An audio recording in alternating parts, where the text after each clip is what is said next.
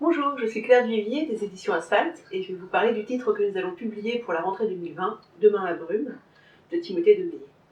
Donc c'est son troisième roman, après Prague, Faubourg Est, publié en 2014, qui était le premier romancier français, le premier roman français que nous publions chez Asphalte, et qui avait été suivi en 2017 par Jusqu'à la bête.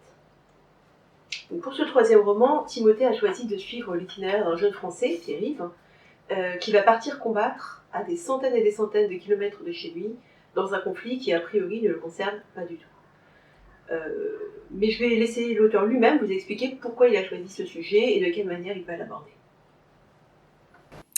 Bonjour à tous, je vais m'essayer à l'enregistrement de cette vidéo en temps de confinement, dans un cadre champêtre, pour vous parler de mon troisième roman qui s'appelle Demain la brume. Donc, le précédent était Jusqu'à la bête, qui traitait d'un ouvrier d'abattoir dans la région d'Angers.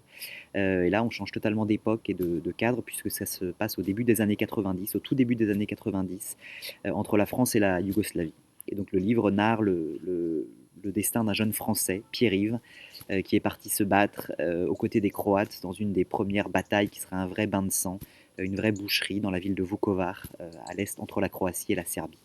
Euh, et donc son histoire, l'histoire de ce jeune homme m'a été inspirée par sur place à Vukovar où j'ai travaillé à la réalisation d'un film documentaire. J'ai passé pas mal de temps sur place entre 2013 et 2016. Et c'est là que j'ai pour la première fois entendu parler de ce Français de Vukovar, comme on le surnomme là-bas, qui est un des combattants dont on n'a jamais retrouvé le corps suite à la chute de la ville, après 3 mois de siège, et qui reste toujours aujourd'hui disparu. Sur place, c'est un héros, des ponts sont nommés à son nom, des rues, une statue a été présentée en pleine ville et personne en France n'a entendu parler de cet homme. Et donc j'ai voulu retracer son destin, pas tellement de manière documentaire, parce que ça m'intéressait pas trop de retracer le parcours exact de cette personne, mais plus par la fiction. Et donc le procédé que j'ai trouvé, c'est de réaliser un livre polyphonique avec différentes voix qui montraient aussi différentes facettes de ce personnage et pour aussi donner différentes interprétations sur qui il avait pu être, ce qu'avait pu être son destin, ce qu'avaient pu être ses motivations. Je voulais pas donner de réponse finie là, sur une question qui semblait hypothétique. Euh, et ce qui m'intéressait également à travers ces différentes voies, c'était surtout de montrer comment la guerre, comment survient une guerre, comment survient un conflit. Comment dans un pays comme la Yougoslavie, qui était un pays qu'on présentait de manière peut-être un peu exagérée, mais où les communautés vivaient relativement harmonieusement ensemble, en quelques mois, en quelques semaines, à travers la télé, à travers les rumeurs, à travers la propagande, et à travers simplement des petites histoires de voisinage, une querelle entre un voisin serbe et un voisin croate qui va prendre des proportions démesurées, la possibilité d'une guerre semble de plus en plus probable. Et c'est ça qui m'intéressait principalement à travers ce livre, de parler de tout ça, de parler du destin d'un homme qui part se battre pour une guerre qui lui est étrangère, et de parler aussi d'un pays dans lequel une guerre semblait totalement étrangère et qui devient tout à fait probable. Voilà.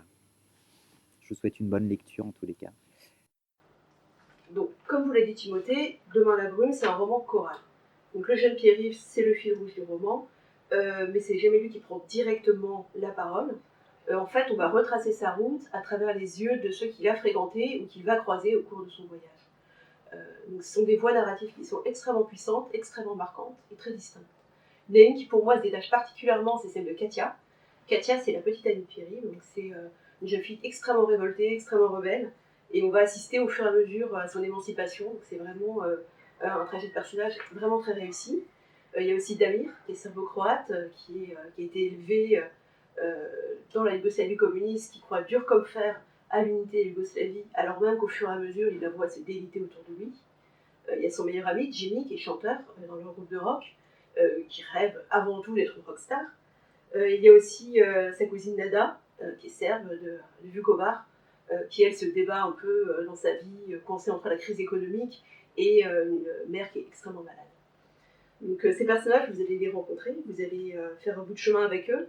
Ils sont tous jeunes, hein, vraiment jeunes, ils ont 18-19 ans au début du récit. Vous allez voir leurs rêves, vous allez voir leurs espoirs, voir toutes leurs aspirations, et surtout vous allez les voir se heurter à la guerre qui vient et qui va vraiment les changer à jamais. Que ce soit en ex-Yougoslavie, donc là-bas, ou en France, ici, étant donné que le roman alterne sans cesse entre ces deux points de vue. Donc pour nous, Demain la brume, c'est un roman qu'on est extrêmement fiers de publier, on est extrêmement fiers de suivre la carrière de romancier de Timothée de Maillet. Mais pour nous, c'est vraiment plus qu'un roman sur la guerre ou un roman sur le conflit en ex-Yougoslavie. C'est vraiment un roman sur la jeunesse, sur les espoirs de la jeunesse, confrontée à la marche inévitable de l'histoire.